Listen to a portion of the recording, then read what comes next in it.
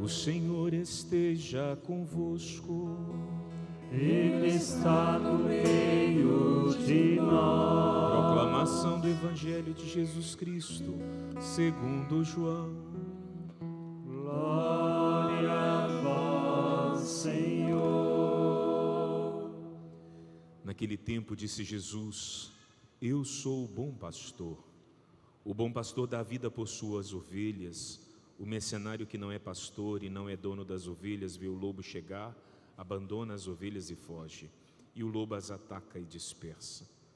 Pois ele é apenas um mercenário e não se importa com as ovelhas. Eu sou bom pastor. Conheço as minhas ovelhas e elas me conhecem. Assim como o Pai me conhece e eu conheço o Pai. Eu dou minha vida pelas ovelhas. Tenho ainda outras ovelhas que não são deste redil. Também a elas devo conduzir. Elas escutarão a minha voz e haverá um só rebanho, um só pastor. É por isso que o Pai me ama, porque dou a minha palavra para depois recebê-la novamente. Ninguém tira a minha vida, eu a dou por mim mesmo. Tenho o poder de entregá-la e tenho o poder de recebê-la novamente. Essa é a ordem que recebi do meu Pai.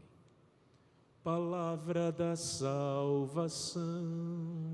Glória a vós, Senhor. Louvado seja nosso Senhor Jesus Cristo. Para sempre seja louvado.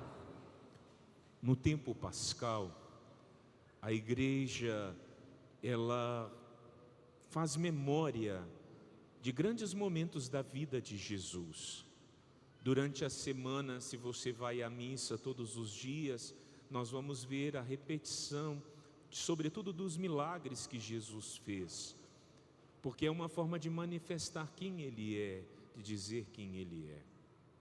Nesse domingo, no quarto domingo da Páscoa, a igreja traz essa memória, esse título a Jesus, chamando-o de bom pastor.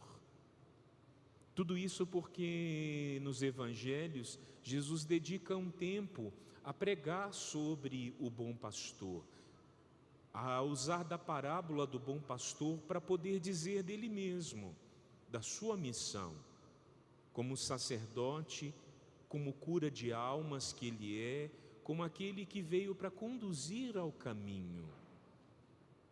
E essa experiência de chamar Jesus de bom pastor ganha força, tanto que na liturgia de hoje nós rezamos por vocações. Se você não prestou atenção no início da missa, no comentário inicial, mas nessa missa a gente reza por vocações. Então eu convido a igreja hoje a rezar nessa intenção.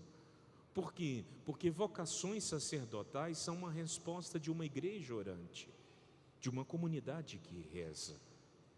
E nós precisamos pedir ao Senhor que desperte no meio dos nossos jovens o desejo de seguir Jesus Cristo mais de perto e viver a vida sacerdotal, que é um dom, é uma presença. Para a igreja enriquece, porque o padre pode trazer para nós os sacramentos, e hoje a gente, rezando pelos padres, rezando por vocações, nós nos colocamos nessa dimensão de entender que a igreja continua esse pastoreio em nós e por nós, por nossas vidas. Mas vamos entrar no texto do Evangelho de João, é o capítulo 10. Se você olha uma cronologia, daqui a pouco Jesus vai entrar em Jerusalém, vai morrer, aquilo que nós celebramos há poucos dias atrás, a Páscoa de nosso Senhor. E antes de entrar, em Jerusalém, Jesus vai fazendo alguns discursos, e um deles é esse, ao entrar em Jerusalém. Jerusalém, no tempo de nosso Senhor, ela tinha 7 portas. As muralhas rodeavam a cidade, e você podia escolher as portas pelas quais passar. As portas tinham também significados. Os mais ricos tinham as suas próprias portas, as principais. Os pastores tinham aquela chamada porta das ovelhas. A porta das ovelhas tinha uma característica, ela tinha lá uma fonte, onde os pastores podiam dar de beber ao seu rebanho. Então você imagina, no fim do dia, os pastores, cada um com seu rebanho, com o seu número de ovelhas, vai tocando, né? Ei, ei, ei. As ovelhas entram, o pastor dá de beber às suas próprias, ali ele passa a noite, de manhã cedo tem que sair para as pastagens. Como é que faz, né? Entrou muitas ovelhas, tem ali inúmeros pastores, cada um começa a fazer o som da sua própria voz, o jeito de pastorear. E as ovelhas, elas identificam o seu pastor, e elas vão seguindo o pastor. Não precisava ter confusão, né? Um gritava de um lado, outro gritava de outro, mas a ovelha de cada rebanho seguia o seu pastor. Jesus aproveita dessa imagem, dessa cena, e ele começa a dizer: eu sou o bom pastor. Vocês conseguem entrar na página do Evangelho, né? A cena está acontecendo, o povo está ali passando pela porta, os pastores estão indo, cada um tocando o seu rebanho, e Jesus de repente diz: eu sou o bom pastor, as minhas ovelhas me conhecem. Ali eles estavam fazendo a experiência, né? Cada ovelha conhecia o seu pastor. Jesus está dizendo: as minhas me conhecem, porque escutam a minha voz. Eu quero parar por aqui. Meus irmãos, perguntas: você tem escutado a Jesus? Você tem parado para ouvi-lo? No mundo tão agitado que nós vivemos, no mundo cheio de correrias e, por que não dizer, barulhos, a gente vai tendo dificuldade para escutar Deus, ou não? Parar com Ele, reconhecer a voz, discernir. A comunidade Nova Aliança estava de retiro, né? Terminou agora há pouco. Os missionários, né, estão se organizando aí, enfim, carregando as coisas no fim do retiro. Tiveram sua missa pela manhã logo cedo. Passamos 4 dias de retiro, silêncio, né? Meu Deus, o primeiro dia a gente vai morrendo, né?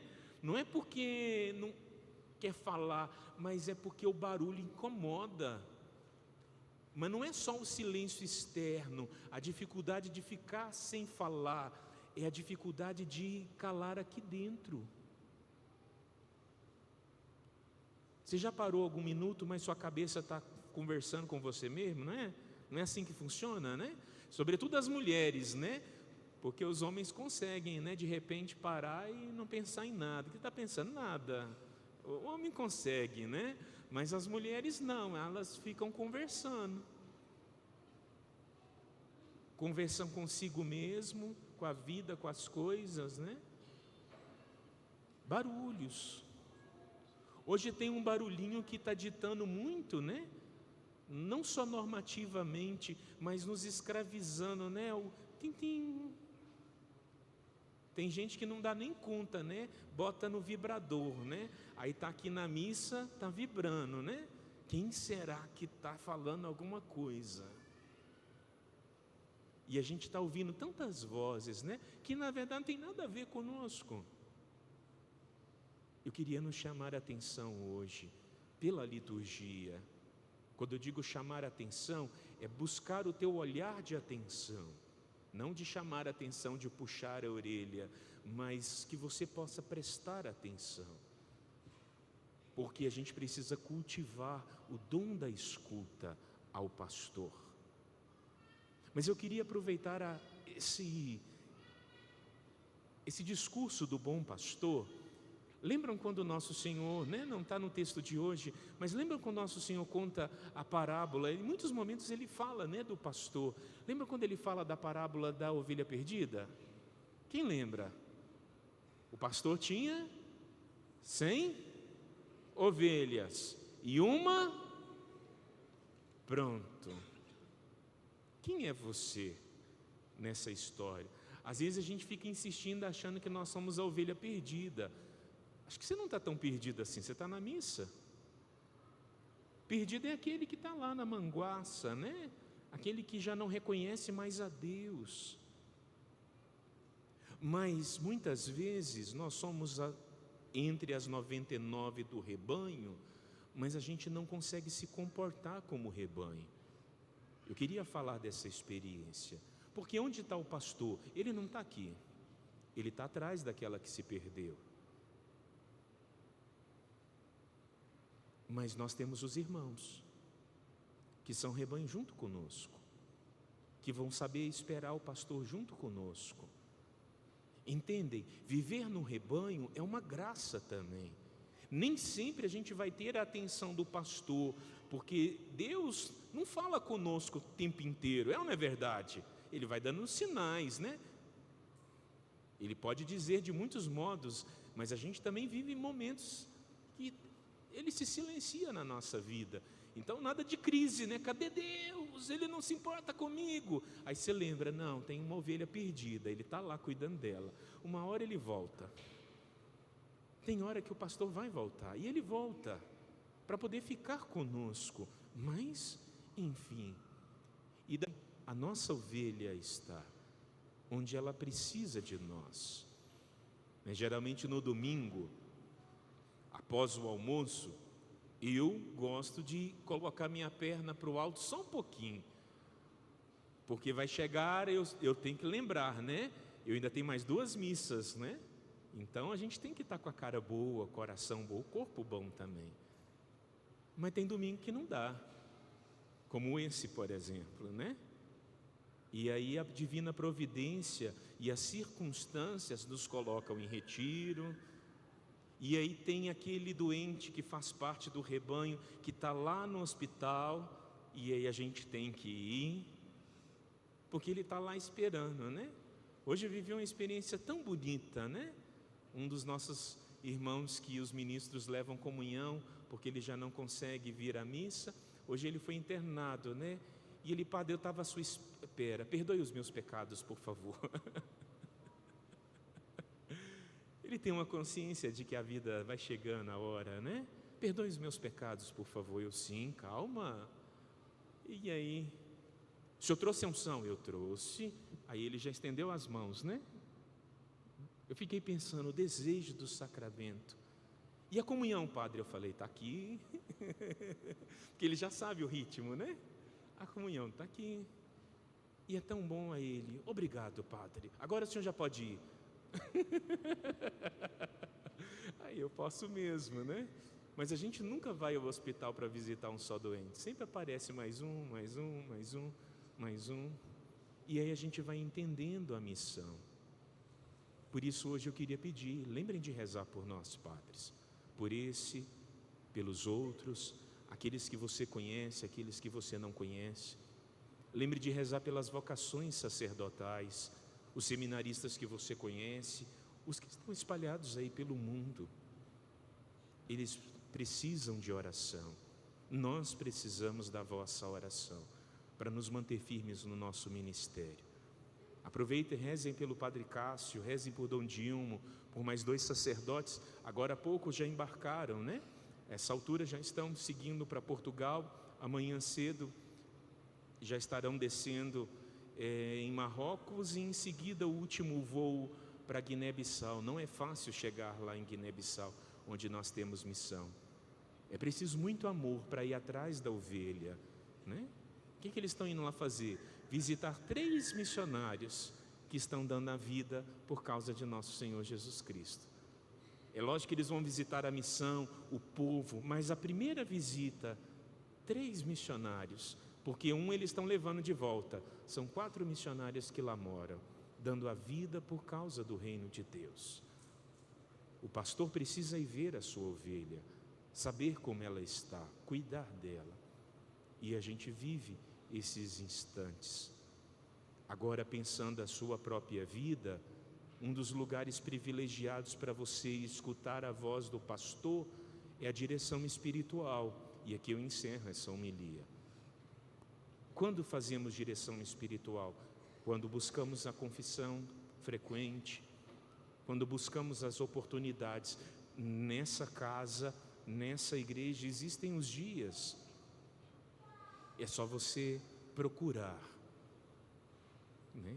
É só você procurar. Por que naqueles dias, naquelas horas? Porque naquele dia, naquela hora, o padre sabe que ele vai sentar e ele só vai levantar quando terminar. Então ele vem preparado para ouvir, para escutar a cada um. E você pode vir.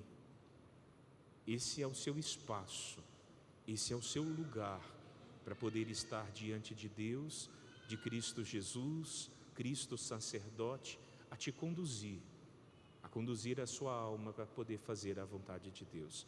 Louvado seja nosso Senhor Jesus Cristo.